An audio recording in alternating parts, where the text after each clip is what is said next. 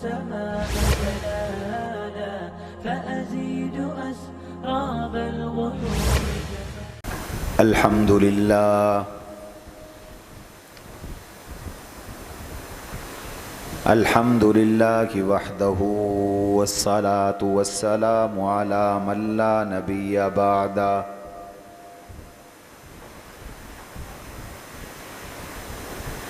وعلى آله وأصحابه الذين أوفوا عهدا.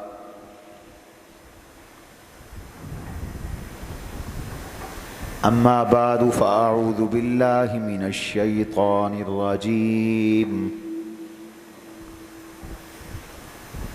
بسم الله الرحمن الرحيم.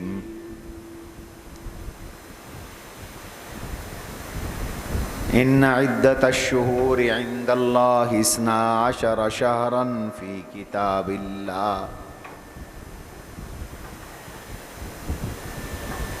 إن عدة الشهور عند الله 12 شهرا في كتاب الله يوم خلق السماوات والأرض منها 4 حرم.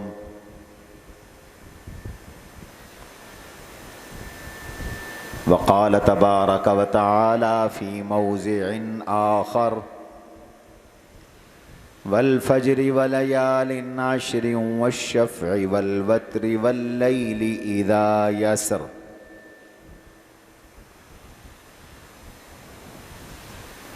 وقال تبارك وتعالى في موضع آخر ويذكر اسم الله في أيام معلومات.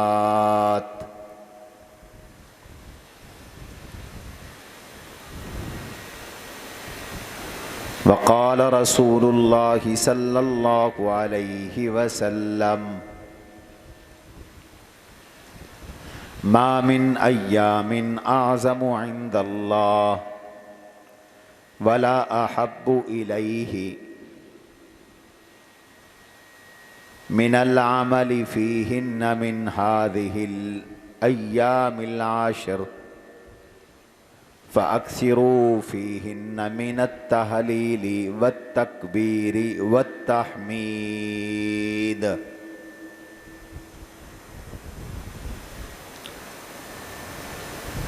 وقال رسول الله صلى الله عليه وسلم ما من أيام العمل الصالح أحب فيه إلى الله من العشر الآخر أو كما قال رسول الله صلى الله عليه وسلم. وقال رسول الله صلى الله عليه وسلم أفضل أيام الدنيا يوم النحر ثم يوم القر. صدق الله وصدق رسوله النبي الكريم. اللهم صل على محمد وعلى آل محمد كما صليت على إبراهيم وعلى آل إبراهيم إنك حميد مجيد. اللهم بارك على محمد وعلى آل محمد كما باركت على إبراهيم وعلى آل إبراهيم إنك حميد مجيد.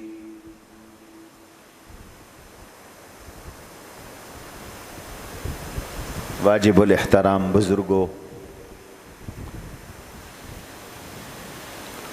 اور عزیز ساتھیوں، سامعین گرامی،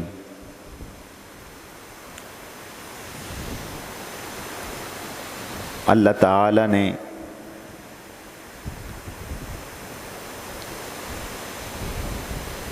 بہت سی چیزوں کو بہت سی چیزوں پر فضیلت عطا کی ہے.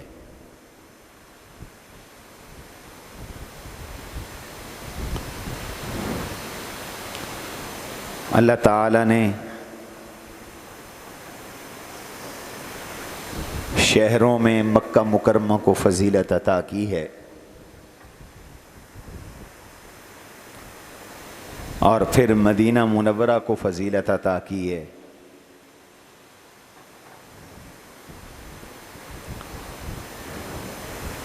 زمین کے ٹکڑوں اور زمین کے حصوں میں سے میرے اللہ نے اس جگہ کو فضیلت بخشی ہے جس جگہ پر رحمت عالم ہمارے اور آپ کے آقا حضور نبی کریم صلی اللہ علیہ وسلم آرام فرما ہیں۔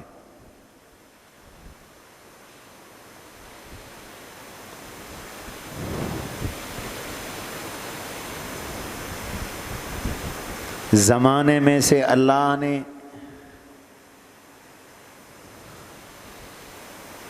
حضور کے زمانے کو فضیلت بخشی ہے۔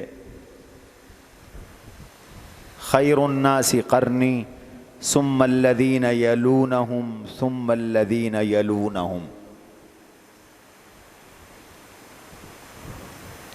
حضور اور خلفائے راشدین اور صحابہ کا زمانہ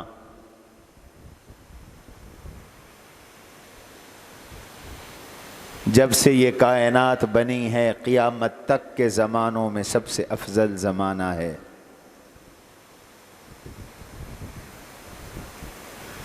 اور کعب احبار فرماتے ہیں سال کے دنوں میں اللہ نے، سال کے دنوں اور مہینوں میں سے اللہ نے سب سے افضل مہینے اشہر حرم کے بنائے ہیں۔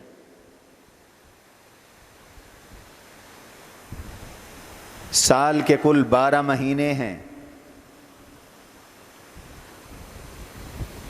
اللہ نے قرآن کریم میں ان 12 مہینوں کا ذکر کیا۔ ان عدت الشہور عند اللہ 12 شہرا فی کتاب اللہ یوم خلق السماوات والارض۔ جب سے یہ روئے ارض بنی ہے مہینے 12 ہیں، اللہ نے 12 ہی بنائے۔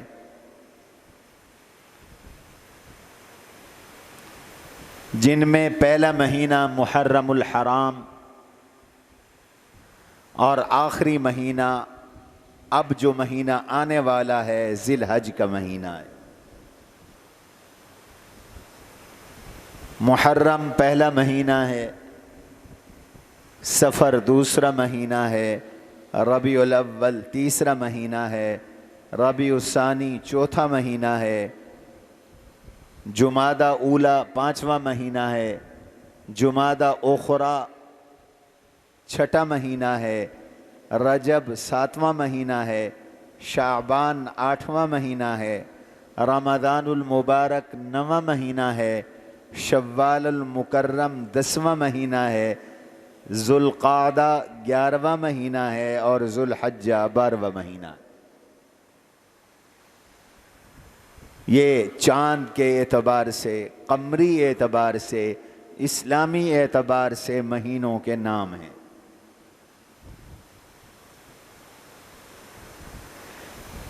ان 12 مہینوں میں سے اللہ فرماتے ہیں منہا 4 حرم، 4 مہینے حرمت والے، عزت والے، عظمت والے، تقدس والے، بزرگی والے ہیں۔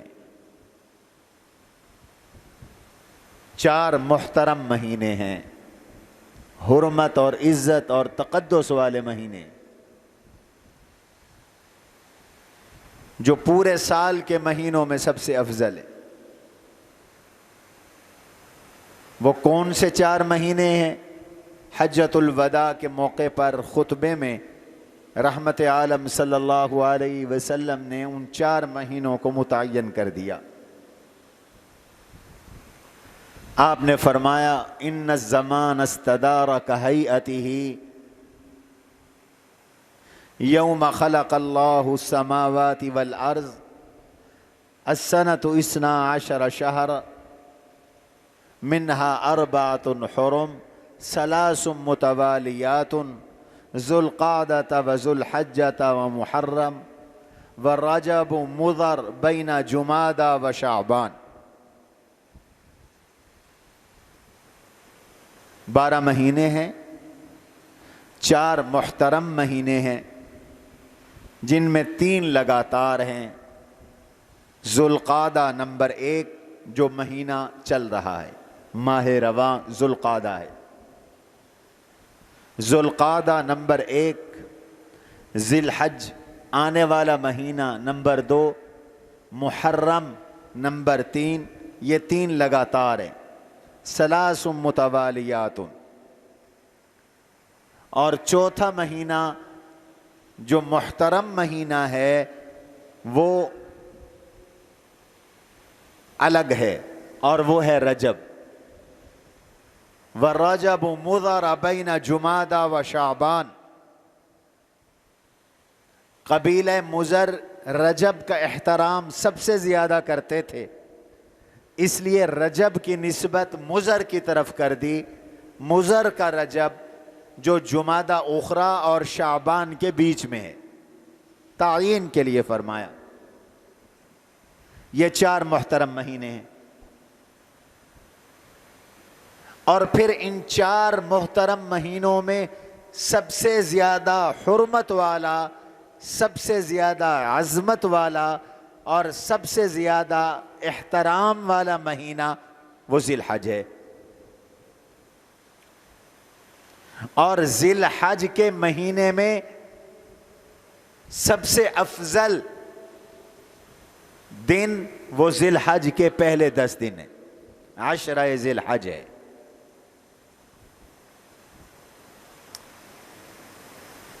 جو مہینہ آگے آنے والا ہے ذی الحج کا، اس کی ابھی سے تیاری شروع کرنی ہے، قربانی کے اس مہینے کی ابھی سے تیاری شروع کرنی ہے۔ اس لیے میں ساتھ ساتھ اس مہینے کے فضائل اور مسائل پر بھی معروضات آج شروع کروں گا۔ اشہر حرم شروع ہو چکے ہیں، ذی القعدہ شہر حرام ہے، عزت کا مہینہ ہے۔ قرآن نے اشہر حرم کا کئی جگہ ذکر کیا۔ يَسْأَلُونَكَ عَنِ الشَّهْرِ الْحَرَامِ قِتَالٍ فِيهِ قُلْ قِتَالٌ فِيهِ كَبِيرٌ۔ وہ آپ سے سوال کرتے ہیں اشہر حرم میں جنگ کرنا کیسا ہے؟ میرے نبی ان کو بتا دو اشہر حرم میں قتال و لڑائی بڑا گناہ ہے۔ اسلام کے آغاز میں اشہر حرم میں جہاد، جنگ اور قتال کی بھی اجازت نہیں تھی، اور زمانہ جاہلیت میں بھی اس مہینے کا ایسے ہی احترام کیا جاتا تھا کہ جب یہ مہینے شروع ہوتے تھے تو لڑائیاں بند ہو جاتی تھیں، سیز فائر ہو جاتا تھا، جنگ بندی ہو جاتی تھی۔ بعد میں ان مہینوں میں قتال کی حرمت اور جہاد کی حرمت منسوخ ہو گئی، لیکن عظمت باقی ہے، ان مہینوں کا احترام باقی ہے، ان مہینوں کی فضیلت باقی ہے، ان مہینوں کا تقدس باقی ہے۔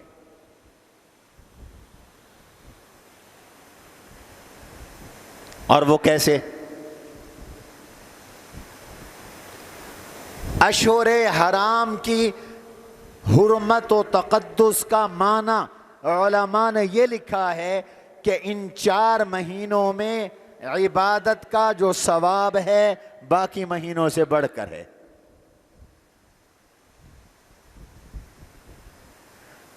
جو اجر اور ثواب اور فضیلت اعمال کی ان 4 مہینوں میں ہے وہ باقی سال نہیں ہے۔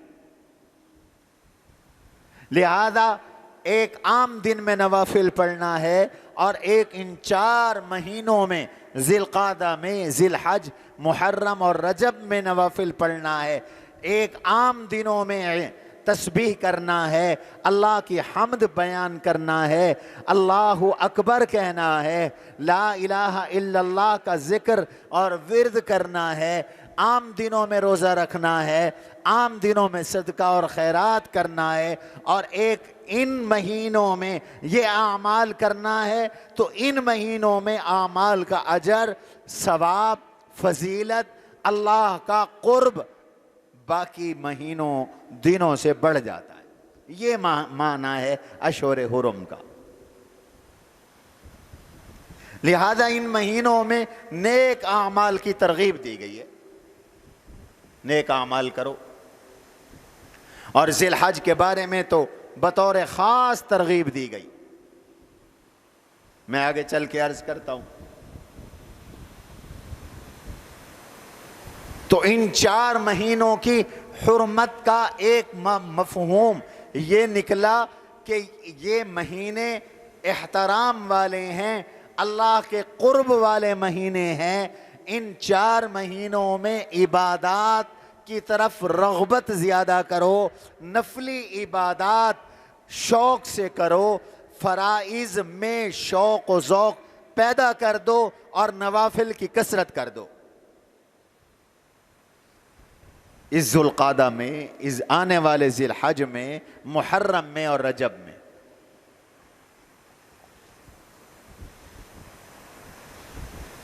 اعمال کی ترغیب دی گئی ہے ان مہینوں میں۔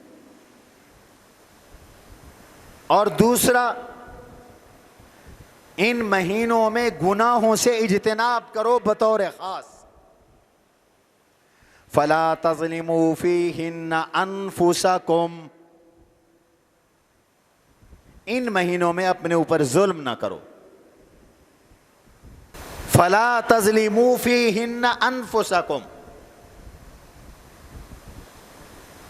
اشہر حرم میں اپنے اوپر ظلم نہ کرو۔ اور اپنے اوپر ظلم کرنا کیا ہے؟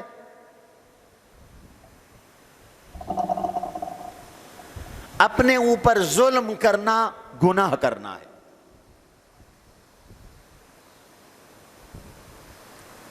گناہ جب آدمی کرتا ہے تو وہ سب سے زیادہ اپنے اوپر ظلم کرتا، اپنے اوپر زیادتی کرتا ہے، چاہے وہ گناہ اللہ کے حق تلف کرنے کے ساتھ ہو یا بندوں کا حق تلف کرنے کے ساتھ ہو۔ جو گناہ کر رہا ہے وہ اپنے اوپر ظلم کر رہا ہے۔ کوئی نماز نہیں پڑھ رہا، وہ اپنی خیر خواہی نہیں بلکہ اپنے اوپر ظلم کر رہا ہے، زیادتی کر رہا ہے۔ کیوں؟ دنیا آخرت میں وہ اللہ کے غصے کا مستحق بن رہا ہے، دنیا آخرت میں سزا کا مستحق بن رہا ہے، دنیا آخرت میں ذلت کا مستحق بن رہا ہے۔ تو نماز چھوڑ کر اس بندے نے کوئی اپنے لیے اچھائی نہیں کی بلکہ اپنے اوپر ظلم کیا، زیادتی کی، اپنی قبر خراب کی، اپنی حشر خراب کی، اپنی دنیا بھی خراب کی، اپنی آخرت بھی خراب کی۔ کہ بے نمازی اللہ والوں کی دعاؤں سے محروم، بے نمازی برکت سے محروم، بے نمازی اللہ کی رحمت اور اللہ کے قرب سے محروم، بے نمازی شیطان کے قریب، بے نمازی فرعون، حامان، قارون، شداد کے قریب۔ اس کا حشر انہی کے ساتھ ہونا ہے۔ تو اپنے اوپر ظلم کیا جس نے نماز چھوڑی۔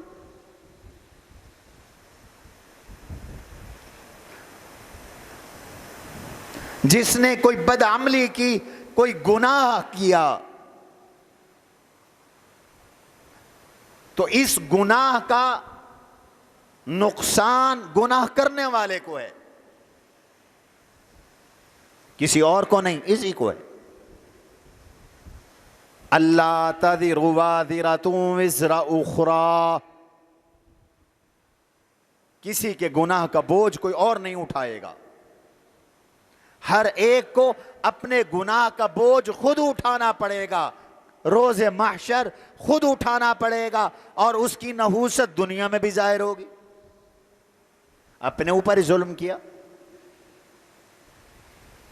دنیا میں نحوست گناہ کی کیا ہوتی ہے؟ اللہ کی پھٹکار کا بندہ مستحق ہوتا ہے، فرشتوں کی نظر میں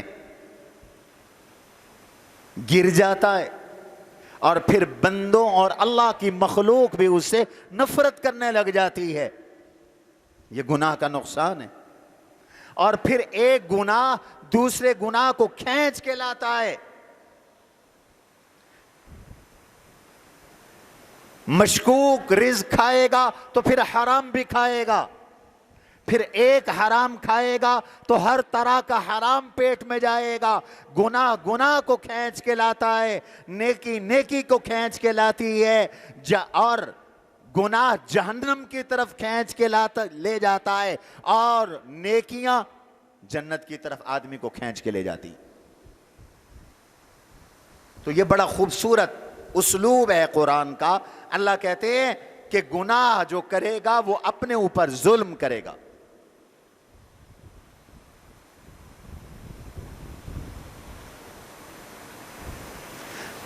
من یکسب خطیئۃ او اسما، جو کوئی گناہ کرتا ہے وہ دوسرے پہ بھی گناہ ڈال دے تو گناہ اٹھائے گا خود۔ اور بعض گناہ تو ایسے ہیں، حدیث میں صراحت ہے کہ قیامت کے دن آدمی اپنے کندھے پر وہ گناہ اٹھا کے لائے گا۔ بخاری کی روایت ہے، صحاح کے اندر موجود ہے، حضور علیہ الصلوۃ والسلام نے ارشاد فرمایا کہ کل قیامت کے دن ایک آدمی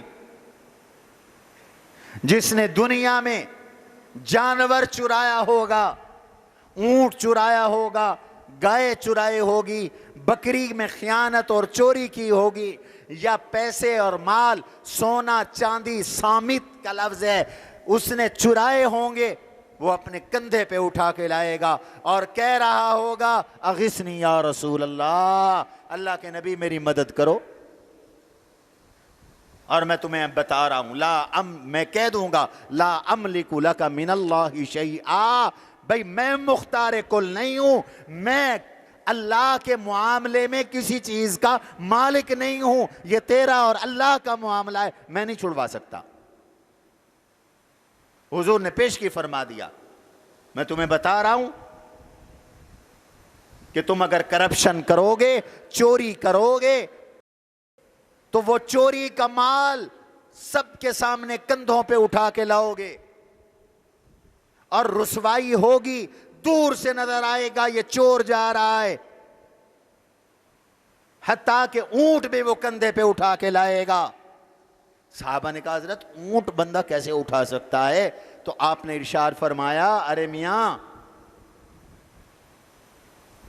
قیامت کے دن مجرم کا جو وجود ہے وہ تو مقام ربضہ تک پھیلا ہوا ہوگا، اور اس کا دانت پہاڑ کے برابر ہوگا، اس کے لیے اونٹ اٹھانا کیا مسئلہ ہوگا؟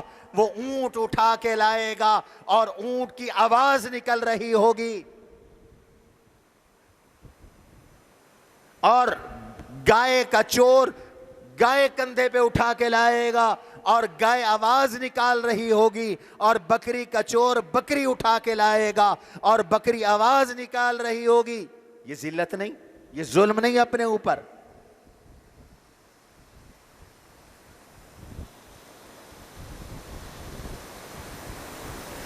آج بد نظری کا گناہ عام ہے، لذت کی نظر سے عورتوں کو دیکھنا، تصویروں کو دیکھنا، ویڈیو دیکھنا، چھوٹی عمر کے لڑکوں کو دیکھنا۔ کل قیامت کے دن یہ گناہ بھی ظاہر ہوگا۔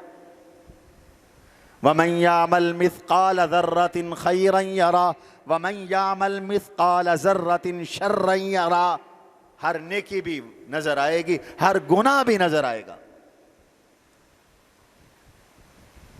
اور ماحول بدلا ہوا ہوگا۔ اليوم نختم على افواههم وتكلمنا ايديهم وتشهد ارجلهم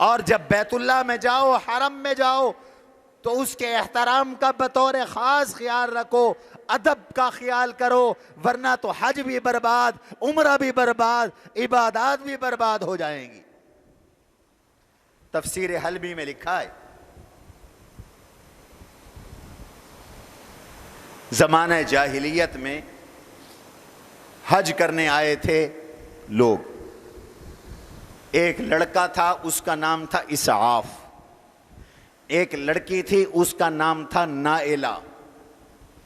اسعاف نائلہ پہ عاشق ہو گیا، دونوں کو عشق ہو گیا، ان دونوں نے اللہ کے گھر میں، حرم میں، کعبہ میں، بیت اللہ میں منہ کالا کیا، زنا کیا، نتیجہ یہ نکلا کہ دونوں پتھر بن گئے۔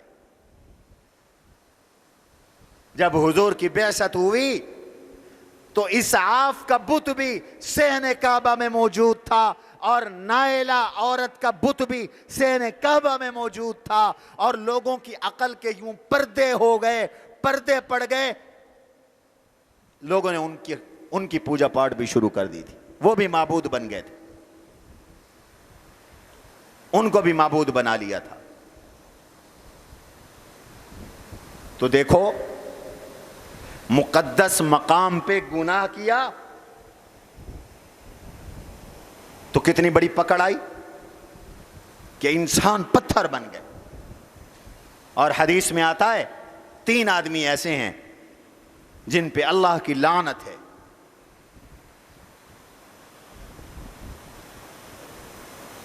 اللہ کی لعنت ہے اور تمام لعنت کرنے والوں کی لعنت ہے 3 آدمیوں پر۔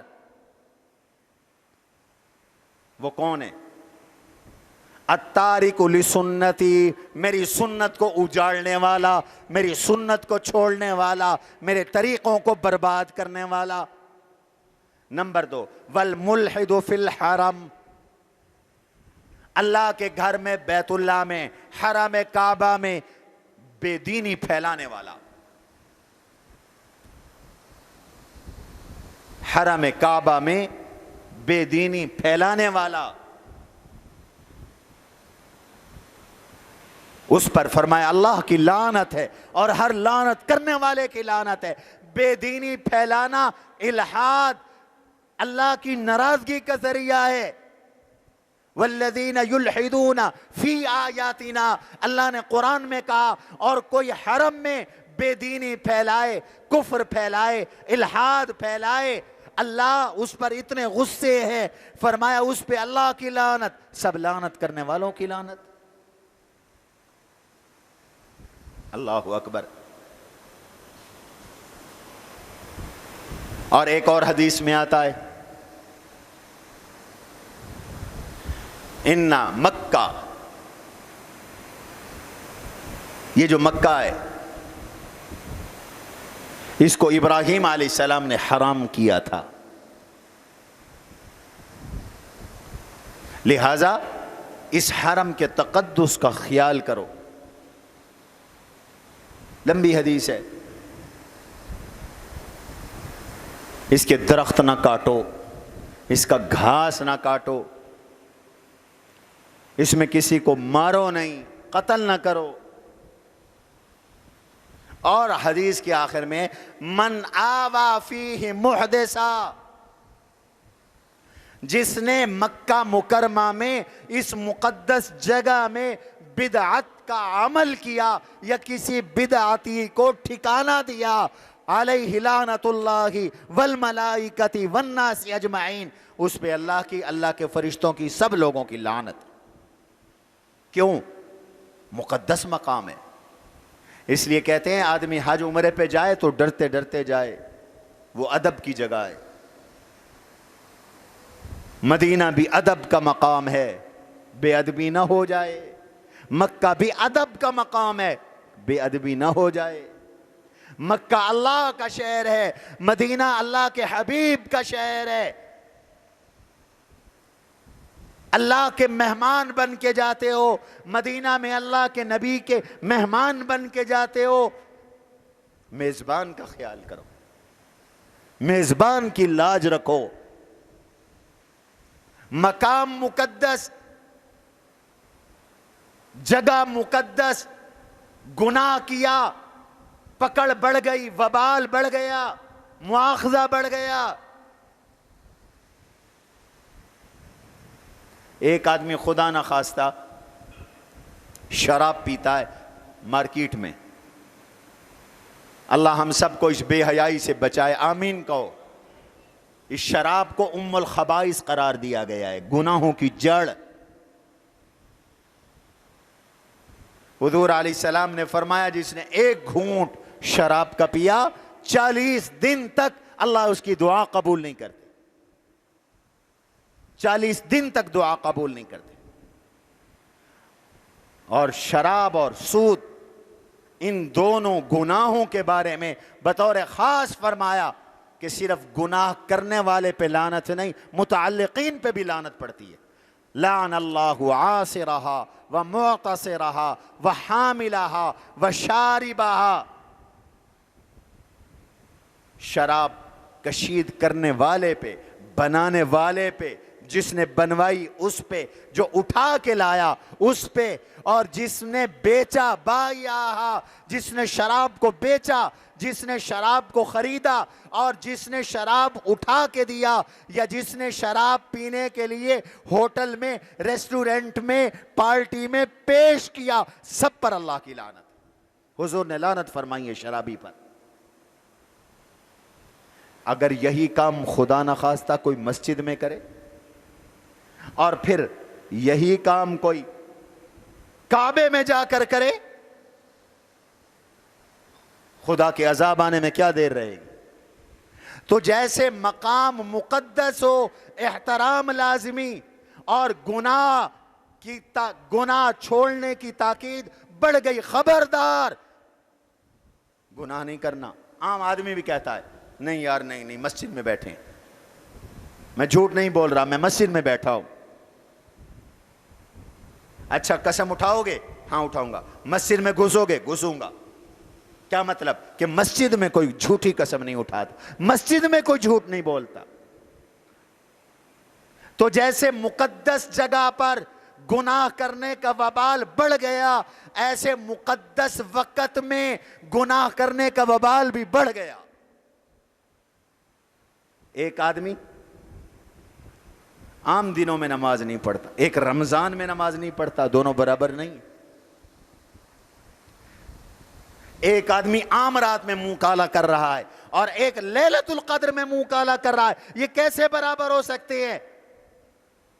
لیلۃ القدر کا تو تقدس آدمی کو کھینچ کے اللہ کے دروازے پہ توبہ کے لیے لاتا ہے، اور یہ آج کی رات بھی منہ کالا کر رہا ہے، تو اس کا معنی یہ ہے کہ اللہ کی پھٹکار کا یہ پکا مستحق بن گیا ہے۔ بالکل ایسے جیسے مقدس مقام پر گناہ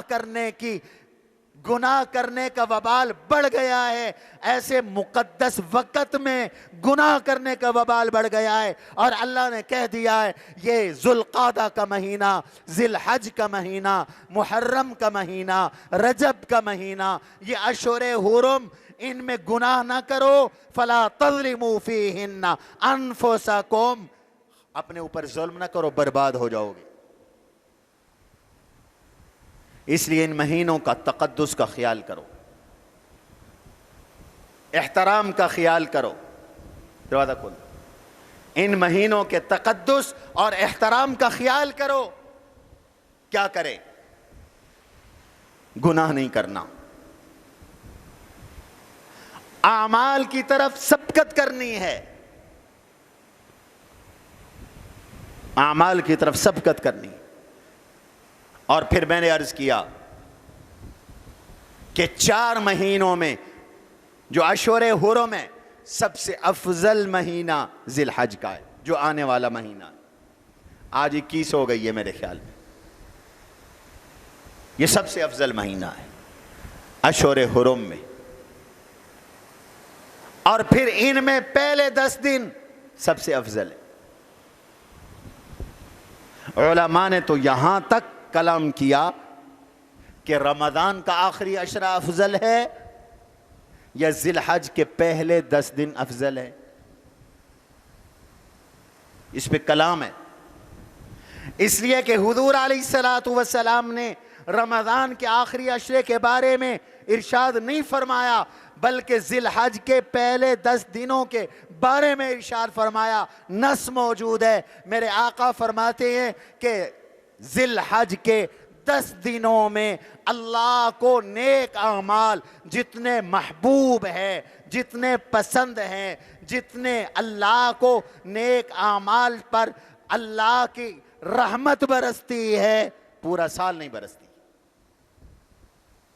پورا سال اتنے عمل اللہ کو محبوب نہیں جتنے ذی الحج کے پہلے 10 دن میں محبوب ہے۔ کوئی بھی عمل ہو، نیکی کا کوئی بھی عمل ہو۔ یہ ابن عباس رضی اللہ عنہما کی روایت ہے۔ انہوں نے پوچھا یا رسول اللہ، ایک آدمی جہاد کر رہا ہے غیر عشرہ ذی الحج میں، تو اس 10 دن میں نیکیوں کا ثواب اس جہاد والے عمل سے بھی بڑھ گیا؟ فرمایا ہاں،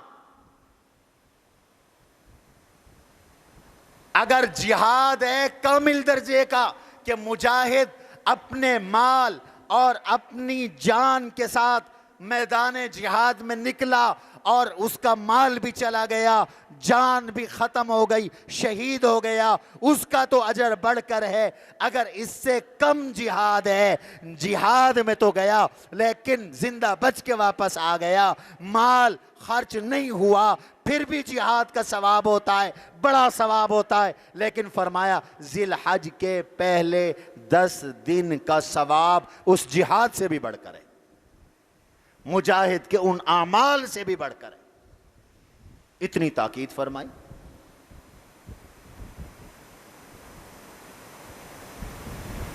تو علماء نے لکھا راتیں تو رمضان کے آخری عشرے کی سال میں سب سے افضل ہیں، خاص طور پر لیلۃ القدر، لیکن دن ذی الحج کے پہلے 10 دن بعض وجوہ سے رمضان کے آخری عشرے سے کے دنوں سے افضل ہے۔ اتنی تاکید ہے ان دنوں کی، اس عشرے کی اتنی تاکید ہے۔ کیوں؟ فرمایا ان کا ذکر قرآن نے کیا، والفجر وليال عشر والشفع والوتر واللیل اذا یسر، سورہ فجر کا آغاز ہے۔ فجر سے کیا مراد ہے؟ متعدد تفاسیر ہے۔ یکم محرم کی فجر مراد ہے، ہر دن کی فجر مراد ہے، یکم ذی الحجہ کی فجر مراد ہے، 10 ذی الحجہ کی فجر مراد ہے۔ ولیال عشر سے مراد ذی الحجہ کی 10 راتیں۔ فرمایا کہ یہ عشرہ پورے سال میں سب سے افضل ہے، یہ 10 دن سب سے افضل دن ہیں، ان کی تیاری کرو۔ وجہ کیا ہے؟ سعید بن مسیب بہت بڑے تابعی ہیں رحمہ اللہ، وہ اس کی وجہ یہ بیان فرماتے ہیں کہ ذی الحج کے پہلے 10 دنوں میں ارکان اسلام سب کے سب جمع ہو جاتے ہیں، جو بنیادی عبادات ہیں ان سب کا اجتماع عشرہ ذی الحج میں ہے، باقی پورے سال نہیں ہے۔ اور ارکان اسلام میں جو عبادات ہیں وہ 4 ہیں، ویسے تو ارکان اسلام 5 ہے، کلمہ توحید، نماز، روزہ، حج، زکوٰۃ۔ اب فرمایا اس عشرے کو دیکھ لو، نماز بھی ہے اس میں، نوافل کثرت سے پڑھنے کا حکم ہے، روزہ بھی ہے اس میں۔ خاص طور پر میرے آقا نے فرمایا کہ جس نے 9 ذی الحج کا روزہ رکھا، احتسب علی اللہ، مجھے اللہ سے امید ہے، ان یکفر، اللہ اس کے گناہ مٹا دیں گے، 1 سال پہلے کے بھی اور 1 سال بعد کے بھی۔ روزہ بھی آ گیا، نمازیں بھی آ گئیں۔ حج صرف اسی موقع پر ہوتا ہے، ذی الحج کے پہلے 10 دن میں ہے، باقی پورا سال نہیں۔ حج کب کرتے ہیں؟ اور بھائی ذی الحج میں ہوتا ہے نا۔ 8 ذی الحجہ سے احکام شروع ہوتے ہیں. 8 ذی الحج کو مینا جانا ہے. 9 ذی الحج کو عرفات، حج کا رکن اعظم وقوف عرفات ہے، حج کا فریضہ ہے. اور 10 ذی الحج کو حج کے اکثر احکام ہے، جس کے اندر وقوف مزدلفہ بھی ہے، جس کے اندر رمی جمار بھی ہے، شیطان کو کنکریاں مارنا بھی ہے، جس کے اندر قربانی نہر کرنا بھی ہے یا ذبح کرنا بھی ہے، جس کے اندر حلق یا قصر بھی ہے، جس کے اندر طواف افاضہ اور طواف زیارہ بھی ہے. تو یہ صدقہ بھی انہی دنوں میں کیا جاتا ہے. فرمائیں یہ ساری نیکیاں اکٹھی ہوتی ہیں ذی الحج کے ان 10 دنوں میں، باقی پورا سال نہیں ہوتی. اس لیے فرمایا عشرہ ذی الحج کے پہلے 10 دن بہترین دن ہے عبادت کے لیے، ریاضت کے لیے. اور ان کے مستقل احکام ہے، کیا کرنا ہے یہ انشاءاللہ میں اگلے جمعے عرض کروں گا. چونکہ اگلے جمعے امید ہے کہ ذی الحج آنے میں 1 آدھ دن باقی ہوگا. تو کیا کرنا ہے اس کے بارے میں تاکید ہے. حضور علیہ السلام نے مستقل احکام اس عشرہ ذی الحج کے بیان فرمائے ہیں. انشاءاللہ ان کا ذکر آئے گا، پھر قربانی کا ذکر آئے گا، کچھ قربانی کے فضائل اور مسائل کا ذکر بھی آئے گا انشاءاللہ العزیز. اللہ تعالی